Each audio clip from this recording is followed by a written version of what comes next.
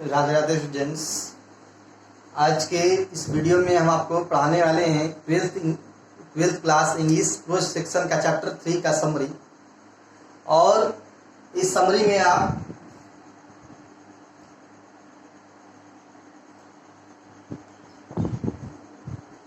में आप ध्यान से इसके भावार्थ को समझाएंगे, उसके भावार्थ को समझाने के साथ साथ में आपको ध्यान रखना है। समरी जो है चैप्टर में आपको लिखने के लिए एग्जाम रहता है 5 नंबर का। उसमें आपको 2-3 विकल्प दिए रहते हैं और उसमें से किसी एक चैप्टर के ऊपर आपको समरी लिखना होता है। पहले तो समझ आता था 10 नंबर के, लेकिन अब तो आजकल 5 नंबर के पूछे जा रहे हैं, तो बहुत इंपॉर्टेंट है ये सब। तो थोड़ा ध्यान रखेंगे, कहानी वगैरह भी समझे रहेंगे तो ज़्यादा फायदा होगा। और यहाँ आपको हम समरी समझाने के बाद समझाने के साथ कहानी भी समझा देंगे। इसके बाद में आपको इसका क्वेश्चन आंसर भी कराएंगे। ये क्वेश्चन आंसर लिखने के लिए भी आजकल पूछे जा रहे हैं। तो चलिए समय को व्यर्थ नहीं गंवाते हैं और अपना मुद्दा पे आते हैं। चैप्टर 3 जो है आपका ये है chapter A pinch of snuff. ये तीसरा चैप्टर है। इसके पहले वीडियो में हमने आपको भारत इज माई होम दूसरा चैप्टर पढ़ाया था, जिसके लेखक थे डॉक्टर जाकिर हुसैन।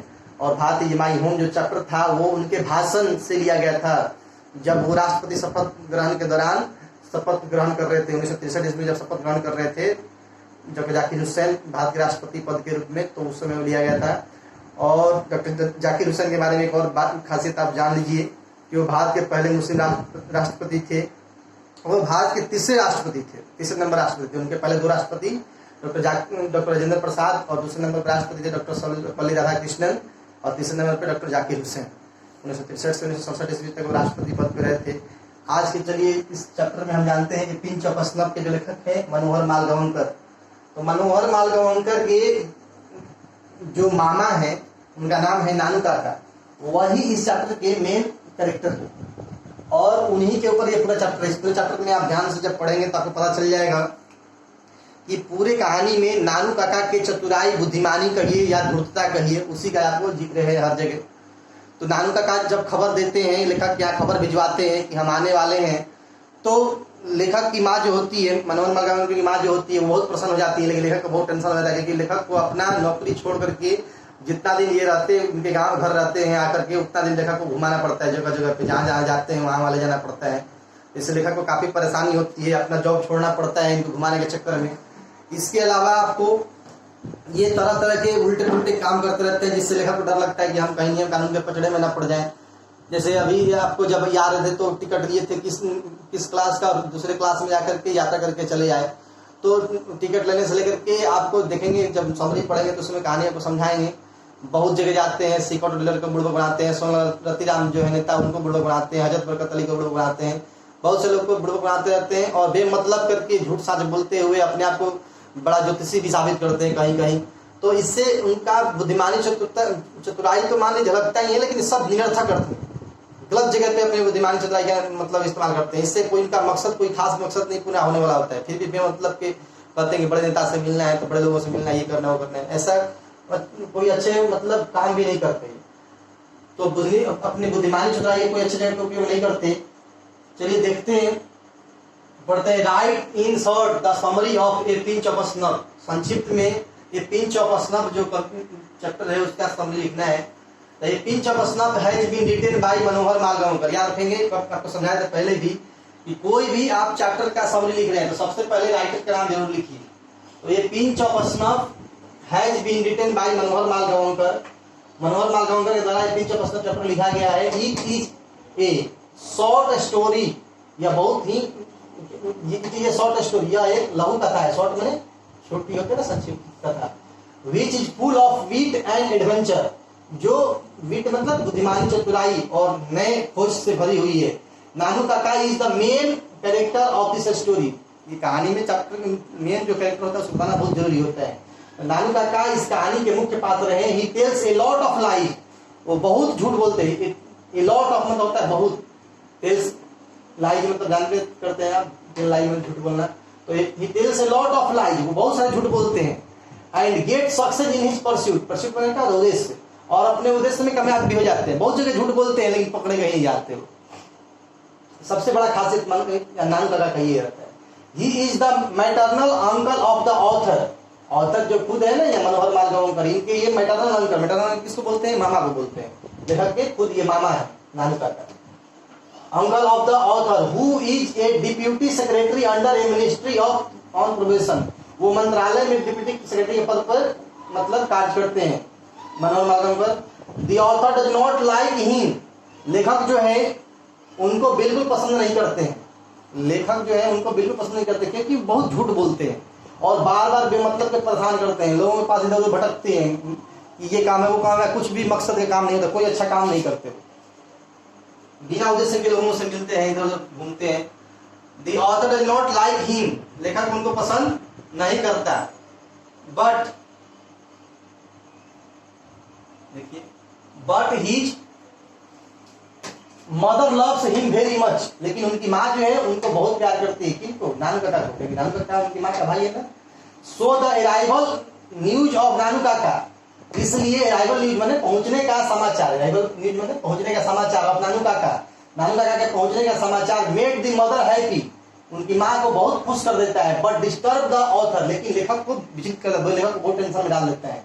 लेखक को लगता है कि यार फिर आ गए तो फिर अब ये जगह जगह पर जाएंगे, घूमेंगे बेमतलब के, झूठ मूठ करके हमको भी अपने फंसते कभी, ऐसे करेंगे तो हमको ही फंसा सकते हैं, लेकिन वो फंसते नहीं है, बहुत झूठ बोलते हैं, हर जगह बच जाते हैं, अपने झूठ में कामयाब हो जाते हैं।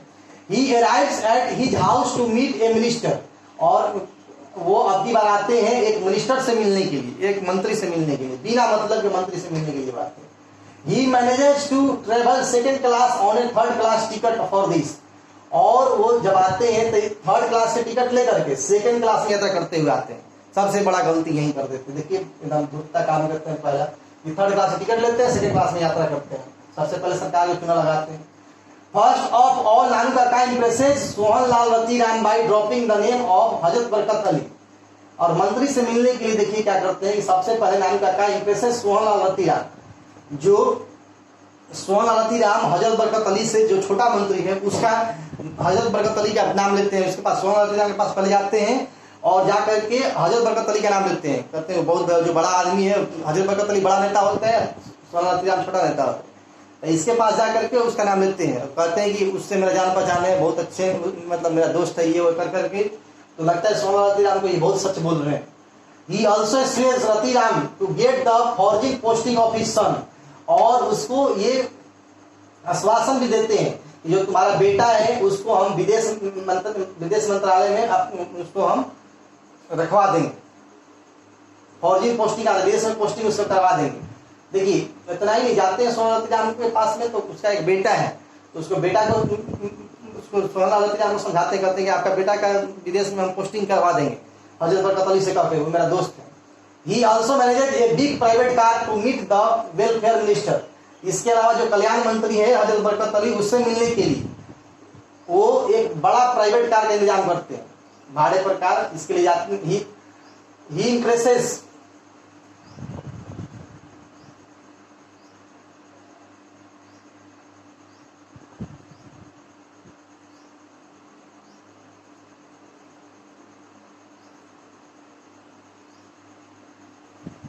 देखिए he impresses the Sikh auto dealer, वो सिख ऑटो डीलर का नाम इंप्रेस करते हैं by showing his wealth and generosity for the car. अब मंत्री के पास मिलना है, जाहिर सी बात है, तो छोटा मोटा वेशभूषा में तो जाएंगे नहीं, वेशभूषा तो जबरदस्त बनाना पड़ेगा, तो इसके लिए जाते हैं सिख ऑटो डीलर के यहाँ और जाकर के एक छोटा सा एक बड़ा सा कार मैनेज करते हैं, बड़े से कार की व्यवस्था करते हैं, इसलिए ताकि दिखाया जा सके कि हम बहुत धनवान हैं, अपने जेनरसिटी को दिखाया जा सके। और इसकी जेनरसिटी को दिखाने के लिए काम और करते हैं कि धोबी अपने कपड़ा जो है कपड़े के अंदर पैसा डाल करके धोबी को दे देते हैं, और धोबी जो आता है उनको देने के लिए कपड़ा, तो उसको पैसे में से निकाल करके कुछ इनाम भी देते हैं धोबी को। तो ऐसे लगता है दुकानदार को लगता है कि ये जो आदमी है बहुत ही बड़े पहुंच वाला है, बहुत ही पैसा वाला है, धनी मनी आदमी है, तो इसको आसानी से हम मतलब कार उसको मिल जाते हैं। तो यहाँ पे कह रहा है कि he presses the sick auto dealer by showing his wealth and generosity for the car, अपने कार को पाने के लिए उन्होंने अपने धन और जेनरसिटी को दिखाने का कोशिश की। यहाँ पे he presses the minister by the courtesy of the astrologer, और मिनिस्टर को इम्प्रेस कैसे किए, the courtesy of the astrologer, ज्योतिषाचार्य के बड़े ज्योतिषाचार्य के वेशभूषा के आधार पे और लेखक को देखिए, his driver and impressive dress, और क्या किए, ड्राइवर, लेखक को देखिए ड्राइवर बना दिए थे और उसको अपने ड्रेस जो है काफी इंप्रेसिव बना लिए थे। सबसे पहले जाते हैं छोटा मिनिस्टर से मिलने के लिए आते हैं तो अपने आप को ज्योतिषी के रूप में वहां बताते हैं, ज्योतिषी बन के जाते हैं। After the meeting with the minister he returns the next day, वो अगले दिन लौटते हैं। Thus the whole story revolves round Nangaka who knows every trick of every trade। ये जो पूरी कहानी है वो नानू काका के इर्द गिर्द घूमती रहती है, जो किसी भी संकट से बचने के तरीके को, हर तरह के तरीके को जानता है। He changes his feather according to weather, वो अपना चेहरा जो है मौसम के हिसाब से, मतलब माहौल के हिसाब से बदल लेता है, मैंने अपना माइंड माहौल के हिसाब से फट से सेट कर लेते हैं। दिस स्टोरी सोच दैट ए पर्सन लाइक नानू काका, यह कहानी आपको क्या दिखाती है कि जो नानू काका की तरह व्यक्ति हैं will be successful in this modern society. Nanu Kaka की तरह जो झूठ बोलने वाले व्यक्ति हैं, ज्यादा एकदम मिनट मिनट पे अपना मौसम के हिसाब से मिजाज बदलने वाले जो व्यक्ति हैं, वही आज के समाज में सक्सेस कर सकते हैं। आज के समाज में वो सक्सेसफुल व्यक्ति हैं in the society, and nothing is impossible for them. और वैसे लोगों के लिए जो मिनट मिनट पे अपना मिजाज बदलते हैं, झूठ बोलते हैं और हर हालात में अपने दिमाग को सेट करने की क्षमता रखते हैं, वैसे लोगों के लिए कुछ भी काम दुनिया में असंभव नहीं है। तो ये आपको यहाँ पे समरी इसका दिया हुआ है, और समरी का नीचे देखिए इसका आंसर नीचे लिखा हुआ है, इसका मीनिंग लिखा हुआ है। आप मीनिंग से इसको याद करके समरी को याद कर सकते हैं। इसके अलावा आपको बताया गया था कि अगर नोट्स चाहिए तो आप हमको कॉल करेंगे इंस्टीट्यूट वाले नंबर पे 9563809390 पे, तो आपको नोट्स घर पे पहुंचा दिया जाएगा। इससे आपको फायदा होगा, घर बैठे आप पढ़ाई कर सकते हैं, सभी से तैयारी कर सकते हैं। अभी तो लॉकडाउन की वजह से कोचिंग लगने वाला है नहीं, तो आप सबसे यही रिक्वेस्ट है कि ध्यान देंगे, जिनके पास नोट्स नहीं है कॉल कीजिए, नोट्स अपना मंगा लीजिए, मंगा करके घर पे खुद से पढ़ाई कीजिए, क्योंकि जब तक इंस्टीट्यूट खुलेगा तब तक तो कोई उपाय है नहीं। तैयारी अपना जारी रखें, एग्जाम होगा जब होगा।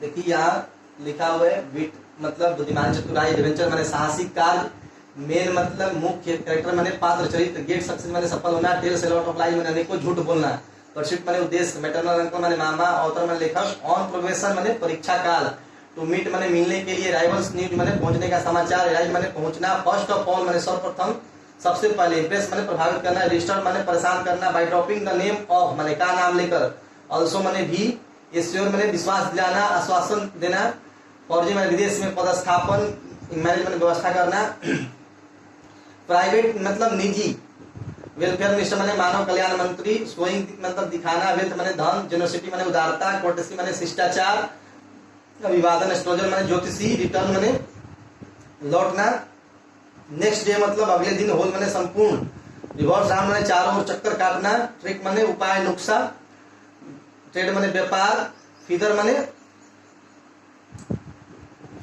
पंख रंग, यहाँ पे हो जाए, अकॉर्डिंग माने के अनुसार, यहाँ पे रंग होगा, पंख नहीं होगा, फीदर माने पंख होता है, वेदर माने मौसम, मॉडर्न माने अत्याधुनिक, सोसाइटी माने समाज।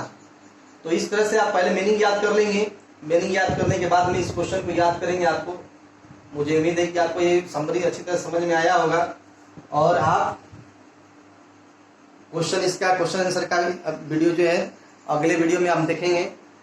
इस वीडियो में आप केवल इसका समरी याद करेंगे और मीनिंग को याद करेंगे। पहले मीनिंग याद कर लेंगे, फिर समरी याद कर लेंगे, आपको आसानी से याद हो जाएगा। फिलहाल इस वीडियो में इतना ही, अब मिलेंगे अगले वीडियो में क्वेश्चन आंसर के साथ में। तब तक के लिए राधे राधे।